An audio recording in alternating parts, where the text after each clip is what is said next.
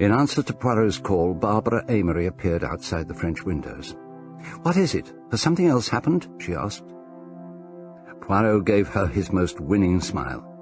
"Ah, mademoiselle," he said, "I wonder if you might be able to spare my colleague Hastings for just a little minute or two, perhaps."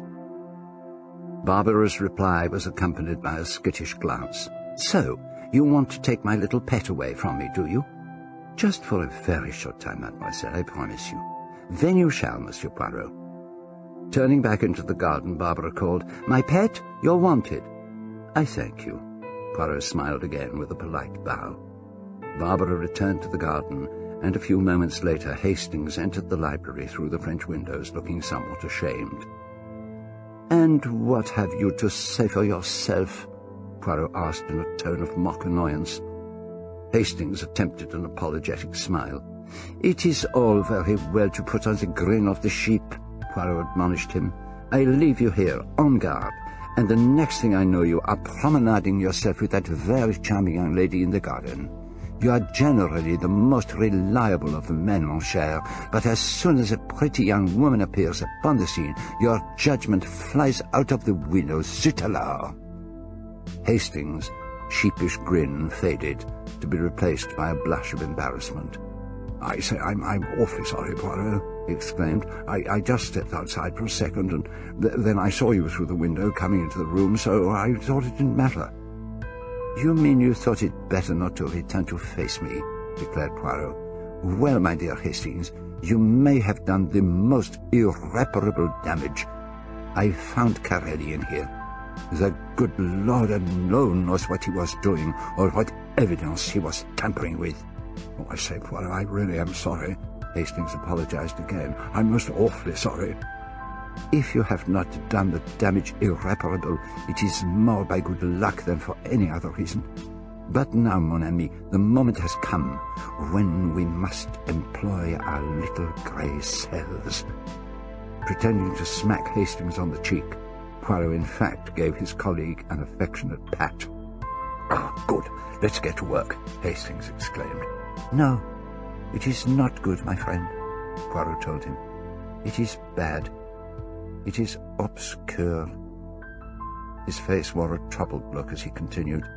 "It is dark as it was last night." He thought for a moment and then added, "But yes, I think there is perhaps an idea, the germ of an idea. Yes, we will start there." Looking completely mystified, Hastings asked, "What on earth are you talking about?" The tone of Poirot's voice changed. He spoke gravely and thoughtfully. "Why did Sir Claude die, Hastings? Answer me that. Why did Sir Claude die?" Hastings stared at him. "But we know that," he exclaimed. "Do we?" asked Poirot. "Are you so very sure?" Yes," Hastings responded, though somewhat uncertainly. "He died, he died because he was poisoned." Poirot made an impatient gesture. "Yes, but why was he poisoned?" Hastings thought carefully before replying. Then, "Well, surely it must have been because the thief suspected—" he began. Poirot slowly shook his head as Hastings continued. "Because the thief suspected that he'd been discovered." He broke off again as he observed Poirot continuing to shake his head. "Suppose, Hastings," Poirot murmured, "just suppose that the thief did not suspect." "Why, I don't quite see," Hastings confessed. Poirot moved away, and then turned back with his arm raised in a gesture that seemed intended to hold his friend's attention. He paused and cleared his throat. "Let me recount to you, Hastings," he declared, "the sequence of events as they might have gone, or rather as I think they were meant to go." Hastings sat in the chair by the table as Poirot continued. "Sir Claude dies in his chair one night." Poirot moved to the armchair, sat, and paused for a moment before repeating thoughtfully, "Yes, Sir Claude dies in his chair. There are no suspicious circumstances attending that death. In all probability it will be put down to heart failure. It will be some days before his private papers are examined. His will is the only document that will be searched for. After the funeral, in due course, it will be discovered that his notes on the new explosive are incomplete. It may never be known that the exact formula existed. You see what that gives to our thief, Hastings? Yes. What? Asked Poirot. Hastings looked puzzled. What? He repeated. Security. That is what it gives the thief. He can dispose of his booty quite safely, whenever he wishes to. There is no pressure upon him. Even if the existence of the formula is known, he will have had plenty of time to cover his tracks. Well, it's an idea, yes, I suppose so, Hastings commented in a dubious tone. But naturally it is an idea. Am I not Hercule Poirot? But see now where this idea leads us.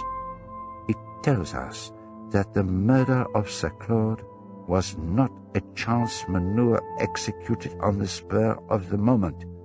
It was a plan beforehand. Beforehand. You see now where we are? No, Hastings admitted with an engaging candour. You know very well I never see these things. I know that we're in the library of Sir Claude's house, and that's all. Yes, my friend, you are right, Poirot told him. We are in the library of Sir Claud Amory's house. It is not morning, but evening. The lights have just gone out. The thief's plans have gone awry. Poirot sat very upright and wagged his forefinger emphatically to emphasize his points. Sir Claude, who, in the normal course of things, would not have gone to that safe until the following day, has discovered his loss by a mere chance. And as the old gentleman himself said, the thief is caught like a rat in a trap. Yes, but the thief, who is also the murderer, knows something too that Sir Claude does not. The thief knows that in a very few minutes Sir Claude will be silenced forever. He or she has one problem that has to be solved, and one only: to hide the paper safely during those few moments of darkness. Shut your eyes, Hastings, as I shut mine. The lights have gone out. We can see nothing, but we can hear. Repeat to me, Hastings, as accurately as you can, the words of Miss Amory when she described the scene for us. Hastings shut his eyes. Then he began to speak, slowly, with an effort of memory and several pauses. Gasps, he uttered. Poirot nodded. A lot of little gasps, Hastings went on, and Poirot nodded again. Hastings concentrated for a time and then continued. The noise of a chair falling, a metallic clink. That must be the key, I imagine. Quite right, said Poirot. The key. Continue. A scream. No, that was Lucia screaming. She called out to Sir Claude. Then the knocking came at the door. Oh, wait a moment. Right at the beginning, the noise of tearing a silk. Hastings opened his eyes. Yes. Tearing silk, Poirot explained. He rose, moved to the desk, and then crossed to the fireplace. It is all there, Hastings, in those few moments of darkness. All there. And yet our ears tell us nothing. He stopped at the mantelpiece and mechanically straightened the vase of spills. Oh, do stop straightening those damn things, Poirot, Hastings complained. You're always at it. His attention rested. Poirot removed his hand from the vase. What is that you say? He asked. Yes, it is true. He stared at the vase of spills. I remember straightening them but a little hour ago. And now it is necessary that I straighten them again. He spoke excitedly. Why, Hastings? Why is that? Well, because they're crooked, I suppose, Hastings replied in a bored tone. It's just your little mania for neatness." "Tearing silk," exclaimed Poirot. "No, Hastings. This sound is the same." He stared at the paper spills and snatched up the vase that contained them. "Tearing paper," he continued as he moved away from the mantelpiece. His excitement communicated itself to his friend. "What is it?" Hastings asked, springing up and moving to him. Poirot stood tumbling out the spills onto the settee and examining them. Every now and then he handed one to Hastings, muttering, "Here is one. Ah, another. And yet another." Hastings unfolded the spills and scrutinized them. "C19, N23, he began to read aloud from one of them. "Yes, yes," exclaimed Poirot. "It is the formula." "I say, that's wonderful. Quick, fold them up again," Poirot ordered, and Hastings began to do so. "Oh, you are so slow," Poirot admonished him. "Quick, quick." Snatching the spills from Hastings, he put them back into the vase and hastened to return it to the mantelpiece. Looking dumbfounded, Hastings joined him there. Poirot beamed. "It intrigues you what I do there, yes? Tell me, Hastings, what is it that I have here in this vase?" "Why, spills, of course," Hastings replied in a tone of tremendous irony. "No, mon ami. It is cheese." "Cheese?" "Precisely, my friend. Cheese." "I say, Poirot," Hastings inquired sarcastically, "you're all right, aren't you? I mean, you haven't got a headache or anything?" Poirot's reply ignored his friend's frivolous question. "For what do you use cheese, Hastings?" "I will tell you, mon ami. You use it to bait a mousetrap. We wait now for one thing only. The mouse." "And the mouse?" "The mouse will come, my friend," Poirot assured Hastings. "Rest assured of that. I have sent him a message. He will not fail to respond." Before Hastings had time to react to Poirot's cryptic announcement, the door opened and Edward Rayner entered the room.